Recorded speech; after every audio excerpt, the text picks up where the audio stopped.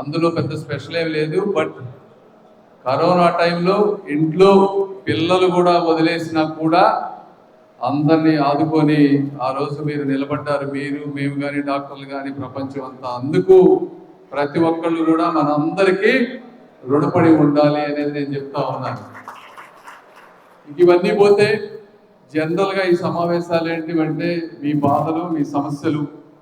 ఈ సమస్యల్ని రెండు బ్రాడ్గా తీసుకుంటే, ఒకటి వర్క్ ఎన్విరాన్మెంట్లో ఉండేటువంటి సమస్య, రెండోది ఒక మనిషిగా జీవన విధానంలో ఉండేటువంటి సమస్యలు, ఒక ఫ్యామిలీకి సంబంధించినవి. మరి వర్క్లో తీసుకుంటే జనరల్గా ఎక్కడైనా ఏముంటాయి, నేను డాక్టర్నే, నేను అమెరికాలో చూశాను, ఇక్కడ చూశాను, వర్క్ కల్చర్ చూశాను, మనందరం రోజు కలిసి పనిచేసే వాళ్ళం. బట్ అయినప్పటికీ కూడా డిగ్నిటీ ఆఫ్ లేబర్ అనేది చాలా ఇంపార్టెంట్. డాక్టర్లకి కానీ, డాక్టర్లతో అసోసియేట్ అయ్యే వాళ్ళకి నేను చాలా సందర్భాల్లో చూస్తూ ఉంటా, డిగ్నిటీ ఆఫ్ లేబరు ఇక్కడ తక్కువ, అమెరికాలో కూడా వాస్తవంగా కొద్ది గొప్ప తక్కువ. ముఖ్యంగా మేము చూస్తూ ఉంటాం, కొంతమంది సర్జన్స్ వాళ్ళు ఒక్కొక్కసారి మాట్లాడే విధానం కానీ, చూసే విధానం కానీ కొంత డిఫరెన్సెస్ ఉంటాయి. ఈ విషయంలో కూడా మనం రేపు ట్రైన్ చేసేటప్పుడే వ్యక్తులని మెడికల్ స్కూల్స్లో కానీ, ఇంకో దాంట్లో కానీ ఒక ఎథిక్స్, ఒక కమ్యూనికేషన్ స్కిల్స్ మీద కోర్సులు పెట్టినప్పుడు మాత్రమే అలాంటి వ్యక్తిగత వ్యత్యాసాలు, డిగ్నిటీ ఆఫ్ లేబర్ అన్నీ ఇంప్రూవ్ అవుతాయి. ఆ విషయంలో రూట్ కాజ్ మీద పనిచేసేదంటూ నేను ఒక చర్య తీసుకుంటానని మీ అందరికీ చెప్తా ఉన్నాను. ఇది చాలా ఇంపార్టెంట్, భావోద్వేగాలకు సంబంధించినటువంటిది. రెండోది శాలరీస్. ఇది చూస్తూ ఉంటే జనరల్గా బయట మనం మాట్లాడితే, ప్రజలతో మాట్లాడితే వీళ్ళు హాస్పిటల్ బిల్లులు కట్టలేక చచ్చిపోతున్నామని వాడు చెప్తూ ఉంటారు. మరి హాస్పిటల్ పెట్టిన వాళ్ళని అడిగితే మాకు ఇన్కమ్ లేదని వీళ్ళు కూడా చేస్తూ ఉన్నారు. మరి మీరు చూస్తే మాకు శాలరీలు సరిపోవట్లేదంటారు. మరి డబ్బులు ఎక్కడ పోతున్నాయో అర్థం కావట్లేదు. ఇది నిజమైన సమస్య యాక్చువల్గా ఈ రోజున. దీనికి అమ్మా అట్లా లేదులే, ఒక వ్యక్తి అని కాదు, వ్యక్తుల్ని తిట్టుకునే బదులు అంటే మన వ్యవస్థలో ఉన్నటువంటి సమస్యలను అర్థం చేసుకున్నప్పుడు మాత్రమే వీటికి ఏదో కారణాలు మనం లాంగ్ టర్మ్గా ఫిక్స్ చేయగలం. జగన్మోహన్ రెడ్డి గారు కానీ, నేను కానీ, ఇంకోళ్ళు కానీ 5 ఏళ్ళు ఉంటాం, అది కాదు కదా సమస్య.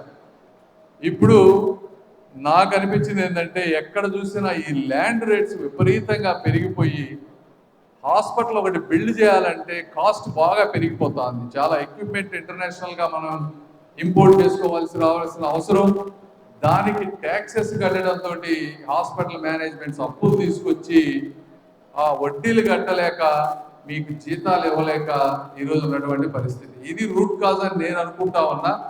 ఈ విధంగా అంటే ఇప్పుడు అమెరికాలో కూడా అందరూ హాస్పిటల్స్ కడతారు, కానీ ల్యాండ్ వాల్యూస్ ఇంత ఘోరంగా ఉండవు. ఇక్కడ కానీ హైదరాబాద్ కానీ కొన్ని ఏరియాలో చూసుకుంటే ఇంత ల్యాండ్ వాల్యూస్ ఉండకూడదు మనిషికి. ఒక హాస్పిటల్ కనే కాదు, ఇల్లు కట్టుకోవాలన్నా కూడా ఈరోజు సామాన్యుడు ఇల్లు కట్టుకోలేనటువంటి పరిస్థితి. ఈ ల్యాండ్ రేట్స్ని కంట్రోల్ చేసే విధానం కూడా ల్యాండ్ హోల్డింగ్ జరుగుతూ ఉంది. అంటే డబ్బులు ఉన్న వాళ్ళు కొన్ని వందల ఎకరాలు ఇట్లా హోల్డ్ చేసుకోగలగటం, వాటికి ఒక ప్రాపర్ ట్యాక్స్ విధానం లేకపోవడంతో బ్లాక్ మనీ ఇవన్నీ వచ్చేసి రియల్ ఎస్టేట్ రేట్లు పెరిగిపోతా, ఇవన్నీ వ్యవస్థలో ఉన్నటువంటి సమస్యలు. ఈ సమస్యల వల్ల ఈరోజు అందరూ కూడా ఈ విధమైనటువంటి ఇబ్బందులు మనం పడుతూ ఉన్నాం. ఈ విధానంలో అంటే ప్రతి ఒక్కళ్ళకి కావాల్సిన ల్యాండ్, అంటే కొంచెం ల్యాండ్ అవైలబిలిటీ పెంచాలంటే మనం రోడ్లు కనుక విపరీతంగా వేస్తే కొంచెం అవుట్ సైడ్ కూడా ల్యాండ్ అవైలబిలిటీ పెరుగుతుంది. ల్యాండ్ అవైలబిలిటీ పెరిగితే ల్యాండ్ రేట్స్ తగ్గుతాయి, అన్నీ వస్తాయి. ఇలాంటి సమస్యల మీద కూడా నేను రేపు పార్లమెంట్లో పోరాడబోతా ఉన్నాను. ఇంకొకటి వైలెన్స్. మీరు చూస్తూ ఉంటే పేషెంట్లు, ఒక వ్యక్తి చనిపోతే పొరపాటున ఏదన్నా ఆ హాస్పిటల్ మీద పడిపోయి డాక్టర్లను కానీ, వ్యక్తిగత సిబ్బంది కానీ అందరినీ కూడా కొట్టేటువంటి పరిస్థితి. ఈ విధానం కూడా మారాలి. దీనికి సంబంధించినటువంటి చట్టాల గురించి కూడా మన లోక్సభలో మాట్లాడి చర్చించి అలాంటి వాటికి ఒక రకమైనటువంటి పనిష్మెంట్స్ కూడా సివియర్గా ఉండే విధంగా చేయాల్సిన అవసరం ఉంది. నాలుగోది వర్కర్ సేఫ్టీ. మీరు వర్క్ చేస్తూ ఉంటే నర్సులు కానీ, ఇంకొకరు కానీ ఆ పేషెంట్లను లిఫ్ట్ చేసే విధానం కానీ, వాటిలో ప్రాపర్ ట్రైనింగ్ లేకపోవడం నర్సింగ్ స్కూల్స్లో, లేకపోతే మీరు ఓవర్ టైం వర్క్ చేయటం, ఇలా ఎన్నో సమస్యలు ఉన్నాయి. ఈ సమస్యలన్నిటి పట్ల కూడా నాకు పూర్తి అవగాహన ఉంది. ఎందుకంటే నేను అన్ని ఇక్కడ అక్కడ హాస్పిటల్స్లో పనిచేశాను. నేను అందరు అక్కడ ఉన్నా కూడా అందరిని అడుగుతూ ఉంటాను, ఏంటి మీకు ఇబ్బందులు, ఏంటంటే ఇవన్నీ కామన్ ఇష్యూస్. ఈ కామన్ అన్నింటినీ కూడా 1 by 1 తీసుకొని ఒక నెక్స్ట్ 5-10 సంవత్సరాల్లో ఏ విధంగా చట్టాలు తీసుకువచ్చి మూల రూట్ కాజెస్ ని కంట్రోల్ చేసి అందరి జీవితాల్లో మార్పులు తెచ్చే విధంగా ప్రయత్నిస్తాను. అదొకటి. రెండోది, మీరు ముఖ్యంగా అందరూ అడుగుతున్నది ఇన్సూరెన్స్. ఈ రోజున ఇన్సూరెన్స్ కూడా వాస్తవంగా అయితే హాస్పిటల్స్ కానీ ఎంప్లాయర్స్ కానీ ఇన్సూరెన్స్ ప్రొవైడ్ చేస్తే ఈ ప్రాబ్లం ఉండదు గవర్నమెంట్. సరే, ఏదేమైనప్పటికీ ఏ కారణం అన్నా కానీ ఈరోజు హాస్పిటల్స్ వాళ్ళు అడిగితే వాళ్ళు డబ్బులు లేవంటున్నారు, ప్రాఫిట్స్ లేవంటున్నారు, అందుకని వాళ్ళు ఇన్సూరెన్స్ ప్రొవైడ్ చేయలేకపోతున్నారు. దాని గురించి మీరు ప్రభుత్వాల్ని ఇన్సూరెన్స్ చేయమని అడుగుతా ఉన్నారు. సరే, ఇవన్నీ చర్చిద్దాం. నేను మీ ఇష్యూని చంద్రబాబు నాయుడు గారి దగ్గర తీసుకువెళ్తాను.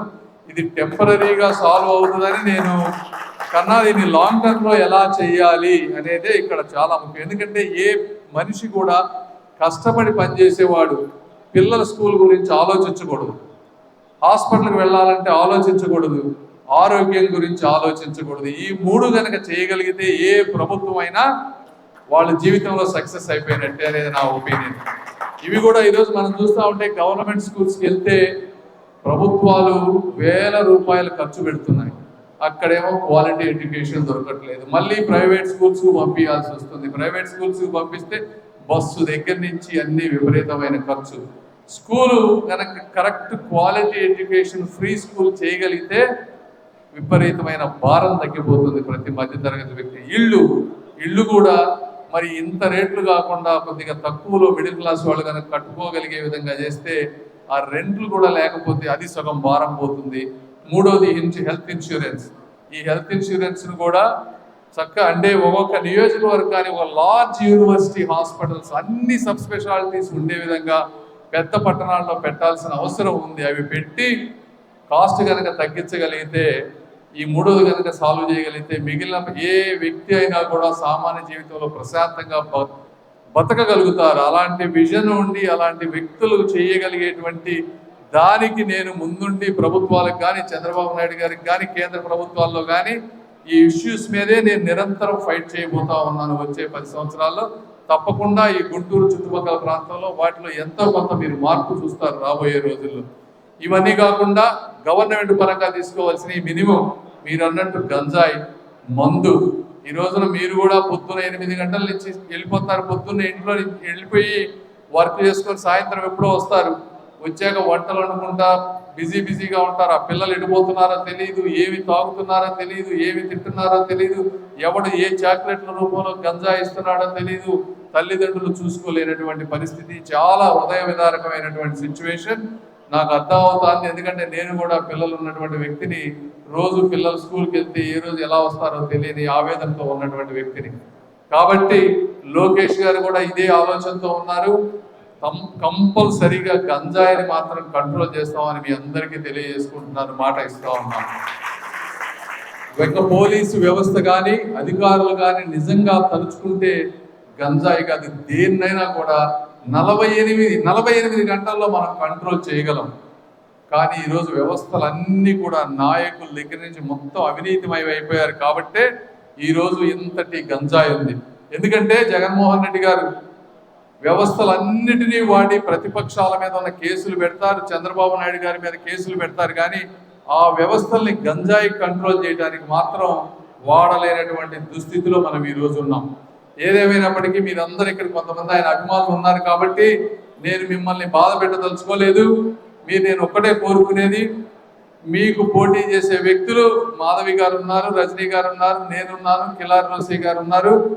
మీరు ఒక 10 మందిని అడిగి తెలుసుకోండి మా వ్యక్తిత్వం ఏమిటి, మేము ఎందుకు వచ్చాము, ఈ రోజున రాజకీయాల్లోకి మేము ఏం చేయాలనుకుంటున్నాం అనేది తెలుసుకొని, మీరు ఎప్పటి నుంచో మా నాన్న, మా అమ్మ, మా తాత కాంగ్రెస్ వైఎస్ఆర్ అభిమానులు అని కాకుండా, ఎందుకంటే పార్టీలు మారిపోయినప్పుడు, వ్యక్తులు మారిపోయినప్పుడు భావజాలాలు కూడా మారిపోతూ ఉంటాయి.